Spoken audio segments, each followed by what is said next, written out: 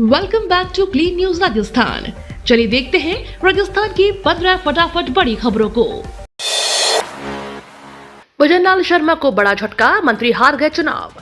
राजस्थान में भजनलाल सरकार को बड़ा झटका लगा है।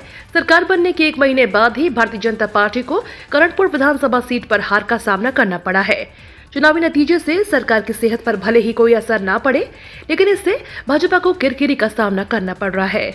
भाजपा ने करणपुर से प्रत्याशी सुरेंद्र पाल सिंह टीटी को मंत्री बना दिया था, लेकिन अब चुनाव के हार के बाद उन्हें यह पद छोड़ना पड़ा। नियम के मुताबिक किसी ऐसे व्यक्ति को मंत्री बनाया जा सकता है जो विधानसभा का सदस्य ना हो, लेकिन 6 महीने के भीतर चुनाव जीतकर विधायक बनना आवश्यक है।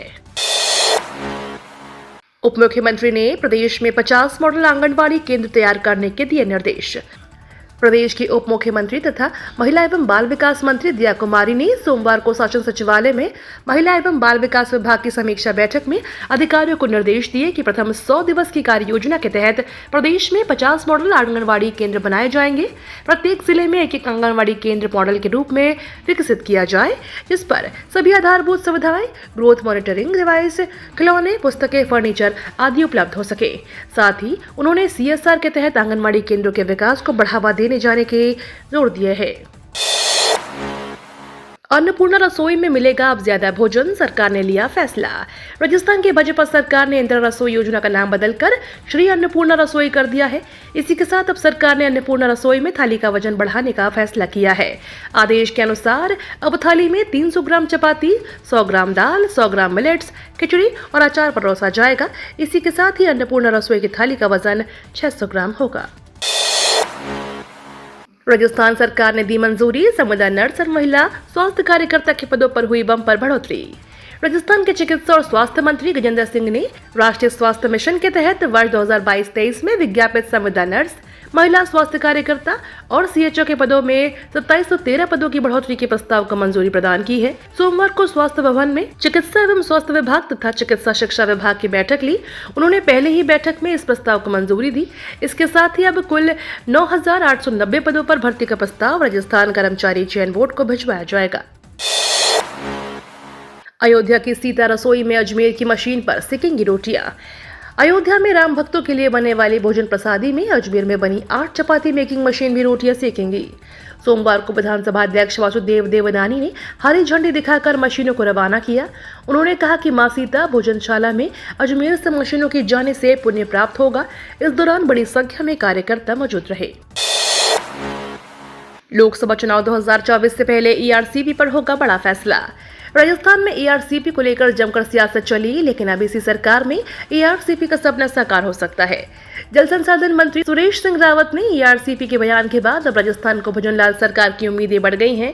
राजस्थान में सरकारें आई गई, लेकिन ERCP का सपना साकार नहीं हो पाया।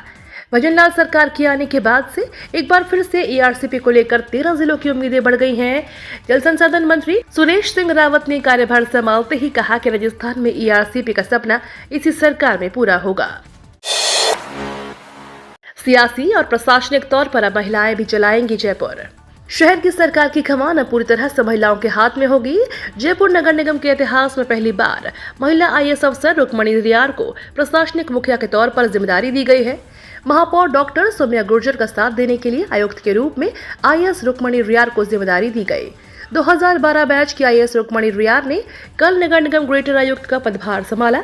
सुबह 9:30 बजे नगर निगम ग्रेटर मुख्यालय पहुंचकर रुक्मणी रियार ने आयुक्त पद की जिम्मेदारी संभाली। उन्होंने कहा कि शहर की सफाई व्यवस्था पर सबसे ज्यादा फोकस रहेगा। 4 भर्तियों की परीक्षा तिथि जारी।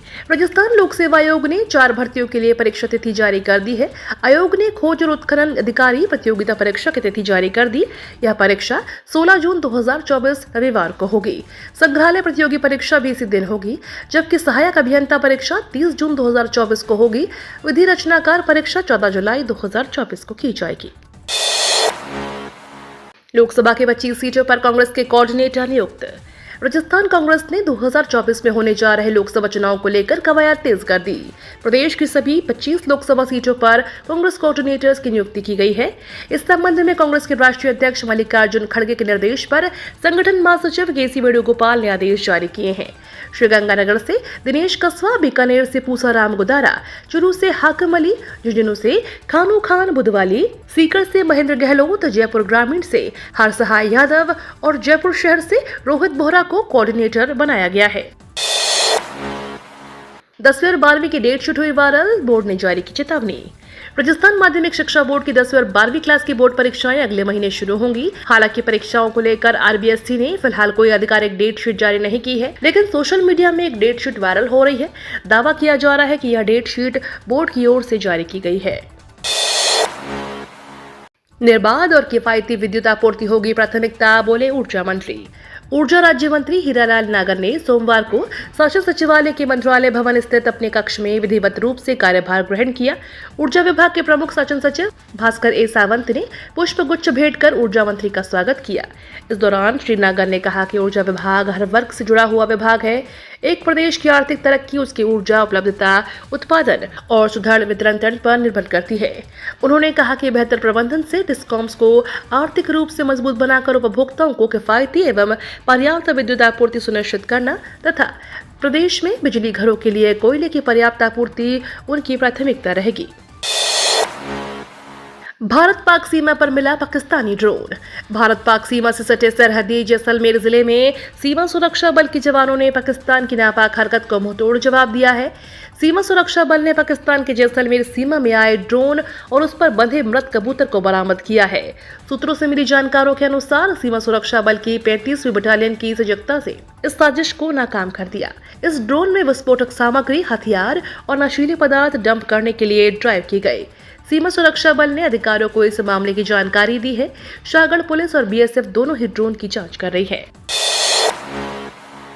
इजराइल ने लक्षद्वीप को लेकर किया बड़ा ऐलान। पीएम मोदी के खिलाफ मालदीव के मंत्रियों की अपमानजनक टिप्पणी करने पर अब इजराइल भी भड़क गया है। इजराइल ने मालदीव को आईना दिखाते हुए लक्षद्वीप की प्राकृतिक खूबसूरती की जमकर सराहना की है। साथ ही इजराइल ने ऐलान किया है कि वह लक्षद्वीप में आज से समुद्री पानी को साफ करने के प्रोजेक्ट पर काम करने को तैयार है। इजराइल के पास समुद्र के खारे पानी को मीठे में बदलने की तकनीक है। किसानों के लिए खुशखबरी, अब मिलेंगे 8,000। लोकसभा चुनाव से पहले मोदी सरकार किसानों को बड़ा तोहफा देने वाली है। दरअसल सरकार प्रधानमंत्री किसान सम्मान निधि योजना की किश्त बढ़ाने पर विचार कर रही है। प्रति किसान किश्त मौजूदा 6,000 सालाना से बढ़ाकर 8,000 होने की संभावना है। इसके अलावा केंद्र सरकार पीएम गरीब कल्याण अन्न योजना के तहत प्रावधान बढ़ाने पर भी विचार कर रही है। एयरपोर्ट टर्मिनल भवन का तीसरा हिस्सा बनकर तैयार, 500 यात्रियों के बैठने का अब होगा प्रबंध। महायोगी गोरखनाथ एयरपोर्ट के नए टर्मिनल भवन का तीसरा हिस्सा भी बनकर तैयार हो चुका है। अब इस भवन की सुरक्षा मानकों पर जांच की जाएगी। इसके बाद इसे यात्रियों के लिए खोला जाएगा। यह तीसरा हिस्सा भी पूरा हो जाने पर एक साथ 500 यात्री अपने फ्लाइट का इंतजार कर सकेंगे। इससे पहले लगभग 300 यात्रियों के बैठने की जगह थी। उम्मीद है कि 22 जनवरी यानी अयोध्या राम मंदिर की प्राण प्रतिष्ठा के पहले इसे खोल दिया जाएगा। ये तो थी राजस्थान की बड़ी खबरें। रोजाना सबसे पहले अपडेट पाने के लिए क्लीन न्यूज राजस्थान को अभी सब्सक्राइब करें।